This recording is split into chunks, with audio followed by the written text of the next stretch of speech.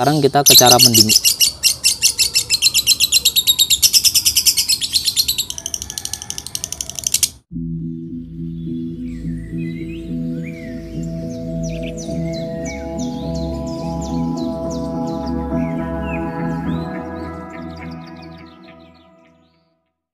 Assalamualaikum warahmatullahi wabarakatuh. Apa kabar teman-teman semua? Selamat datang di Waiki Story bersama saya Widi Embryung. Selamat datang di channel yang akan membahas secara detail dunia lovebird, mulai dari perawatan harian sampai dengan settingan lomba. Tentu aja semua dikemas dengan cara yang masuk logika.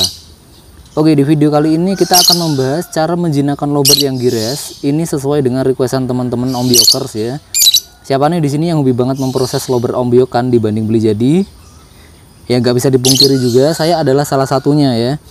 Nah, kenapa sensasi ngombyok burung itu begitu asyik menurut saya, apalagi ketika kita sudah menemukan nih yang cocok banget alias udah ada chemistry. Itu pasti seneng banget buat peliharanya. Tapi biasanya nih ya, nggak semua lovebird ombyokan itu kebanyakan jinak. Selalu ada dan bahkan kebanyakan itu gires-gires. Lalu gimana dong ketika kita sudah menemukan lovebird yang cocok tapi ternyata gires? Tenang aja. Burungnya silahkan diambil dan dibeli aja, dan silahkan simak video ini sampai selesai ya. Sebenarnya sih lovebird gires itu tuh banyak faktornya ya. Di sini kita ngomongin lovebird ombyokan dulu deh. Saya jelasin beberapa penyebabnya dulu ya, biar nanti juga bisa sebagai acuan teman-teman itu biar nggak salah pilih lovebird ketika diombyokan. Oh iya, saya sudah pernah loh bahas cara-cara memilih lovebird ombyokan yang prospeknya bagus. Silakan teman-teman cek linknya di kolom deskripsi ya. Sudah banyak teman-teman yang membuktikan cara itu tuh top chair banget. Kali ini giliran kamu nih, silakan ngombyok sesuai apa yang sudah saya sarankan di video itu. Oke, kembali ke jalan yang benar. Biasanya faktor pertama lovebird ombyokan itu gires adalah dia bukan merupakan lovebird dominan. Dimana lovebird dominan itu biasanya mentalnya itu lebih bagus dan cenderung tenang dalam sangkar ombyokan ya. Nah, di dalam sangkar ombyokan pun ketika dia lapar biasanya itu dia lebih agresif ke lovebird yang sedang mendekati kotak makanan atau minuman ketika dia itu sedang makan. Nah, karena dia bukan lovebird dominan, tentu aja dong ya pernah ngerasain dibully di kandang ombyokan itu. Itulah kenapa dia biasanya lebih peka terhadap gangguan dari luar kandang. Nah, jangan salah juga ya, biasanya ada kok lovebird yang sering dibully itu ketika dia dipisah dari kolonian di ombyokan itu malah jadi rajin bunyi, padahal sewaktu di ombyokan itu dia nggak bunyi sama sekali. Ini kasusnya banyak banget yang seperti ini. Jadi jangan dipandang sebelah mata. Karena ya itu tadi, dia itu selalu dalam posisi siaga dari gangguan lovebird lain, makanya jarang ngekek ketika di ombyokan. Tapi ketika dipisah biasanya performa aslinya itu dia mau tunjukin gitu. Oke, kita lanjut ke faktor yang kedua ya.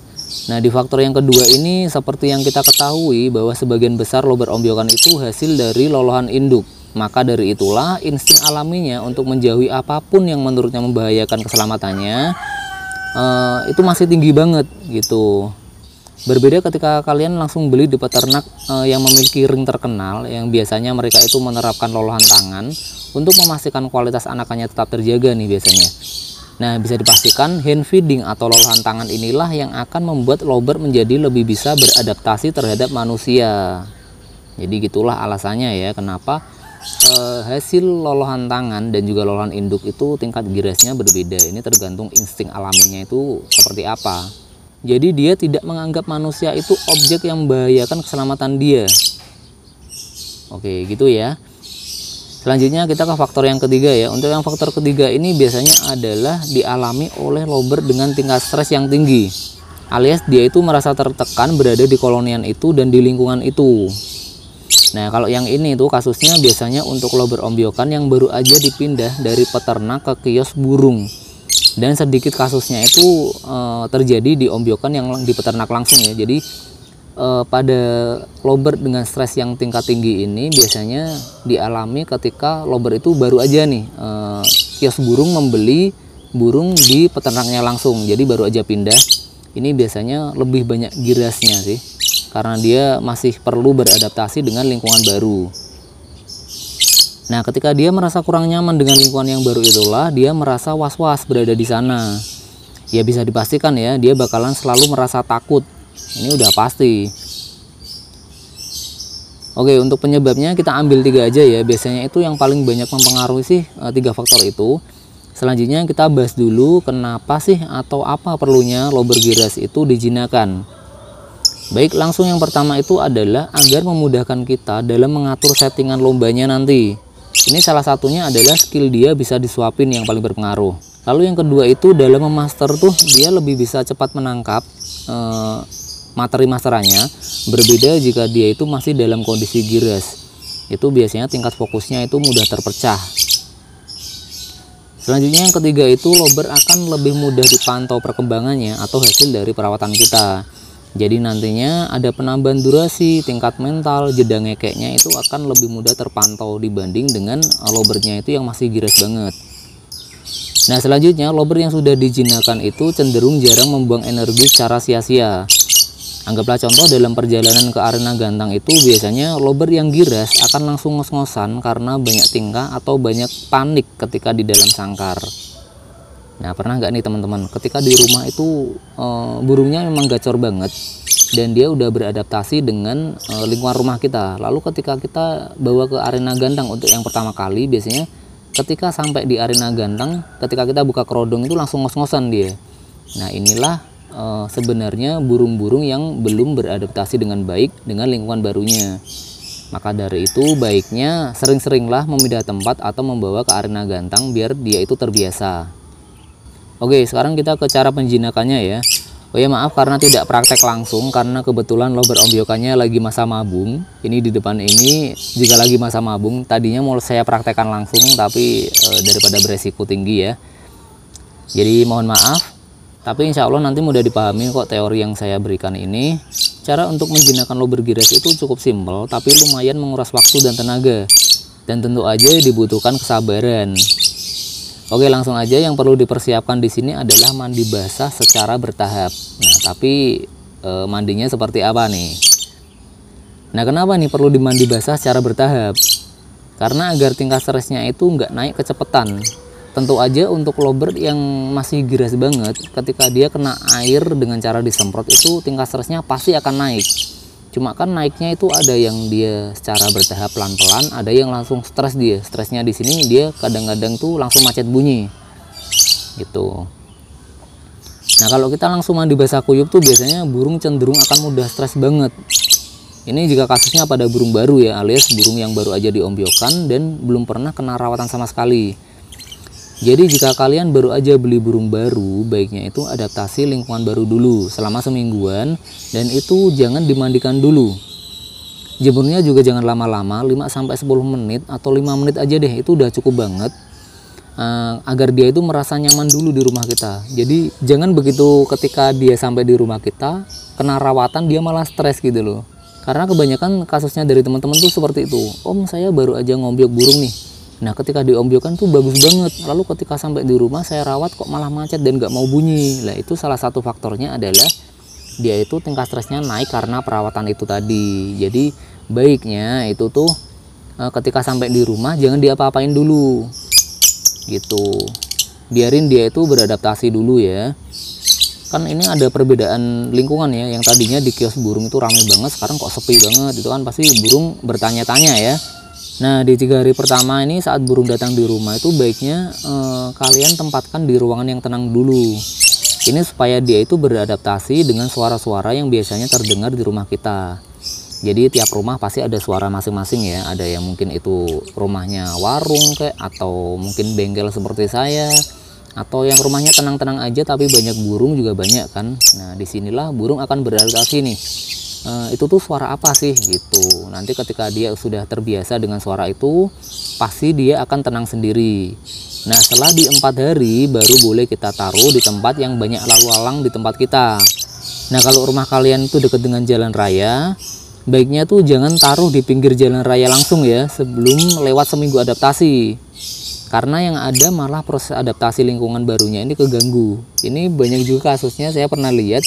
Jadi ketika teman kita ini beli burung baru, saya kan pernah bilang itu di beberapa video saya yang lalu, pokoknya tuh untuk melatih mental di keramaian paling bagus itu taruh di area yang banyak lalu lalang orang. Syukur-syukur kalau itu pinggir jalan raya itu biasanya prosesnya lebih cepat ya. Nah teman kita ini tuh langsung, jadi nggak ada proses adaptasi ketika sampai di rumah. Jadi dia begitu beli langsung keesokan harinya itu dia langsung taruh di pinggir jalan raya gitu. Macet lah itu burung gitu. Oke, kita kembali ke jalan yang benar lagi. Setelah lewat 1 minggu baru deh tuh kita bisa mulai rawatan penjinakan tadi. Oh ya, di seminggu awal tadi selalu sediain EF yang lengkap ya. Nah, ini gunanya untuk pancingan dia ketika penjinakannya nanti. Jadi setelah 1 minggu itu kita mandiin dia asal semprot dulu aja. Dan bertahap tingkat basahnya itu naik tiap 2 hari. Anggaplah cara gampangnya seperti ini. Ketika di hari pertama dan kedua itu kita semprot 5 kali aja deh, dada sama punggung, itu udah cukup. Lalu di hari ketiga dan keempat kita mulai agak basah gitu. Lalu di hari ke berapa tadi, 5 dan 6 itu boleh kita basahan gitu, enggak apa-apa gitu. Atau setengah kering, enggak setengah kering sih ya nyebutnya, agak basah kuyup gitu aja. Pokoknya sampai 1 minggu itu jangan terlalu basah kuyup dulu, dia diadaptasi dengan air secara bertahap. Nah, lalu tiap habis mandi kita langsung kasih EF jagung tadi sesuai contoh ya. Tadi kan kita udah sepakat untuk yang ini contohnya kita pakai jagung, dia anggap aja suka jagung.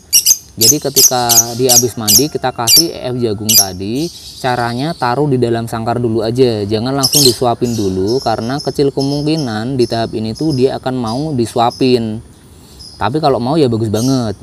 Nah, di sini tuh dia akan berpikir tiap habis kena air kok saya dapat makanan enak gitu loh.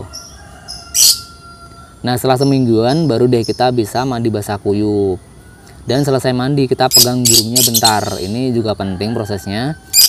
Di dalam kondisi basah ya, ini pokoknya ketika kita sudah mandi basah kuyup langsung aja pegang burungnya untuk beberapa saat, nggak perlu lama-lama. Yang penting dia itu teman-teman perhatiin aja itu detak jantungnya.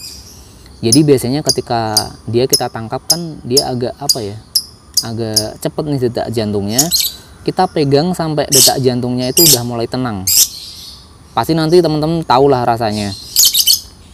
Ini setelah dia tenang kita pegang baru boleh kita masukin ke sangkar lagi. Untuk yang tahap ini tuh ketika dia kita tangkap kaget itu udah biasa, tapi nanti lama-kelamaan akan tenang dan terbiasa. Dan pada awalnya itu pasti berontak ya ketika kita pegang, tapi lama-lama dia akan terbiasa. Selanjutnya ketika dia udah nggak gelapakan lagi ketika mau ditangkap, setelah kita mandi basah, coba kita sodorin EF kesukaannya dia tadi.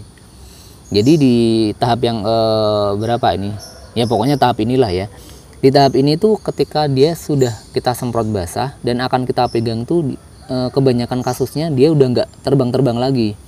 Jadi dia hanya langsung diam di pojokan dan seolah-olah tuh udah memposisikan dirinya akan ditangkap gitu.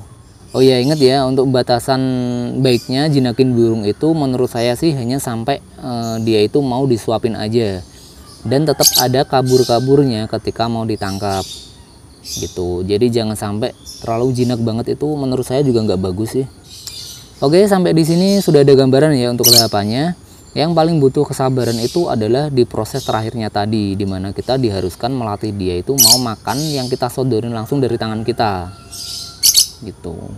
Untuk yang itu boleh dari luar kandang atau tangan kita masuk kandang ya. Intinya posisi burung harus berada di tangkringan, jangan kita suapin ketika burungnya itu berada di atas sangkar atau di lantai sangkar. Yang penting ketika dia disuapin posisinya harus di dalam tangkringan. Kalau di dalam tangkringan, pokoknya posisi nangkring lah ya. Nah, sampai di sini siapa nih yang belum subscribe, yuk di subscribe dulu. Jangan lupa juga loncengnya diaktifin. Like, comment, and share juga boleh banget. Terima kasih yang udah melakukan hal itu. Well, tetap rawat lo berkain baik-baik, jangan terlalu berambisi karena hobi itu untuk melepas stres, bukan menambah stres yang baru. Akhir kata saya Widi Emporium pamit undur diri, sampai jumpa insya Allah di video selanjutnya. Wassalamualaikum warahmatullahi wabarakatuh. Dadah.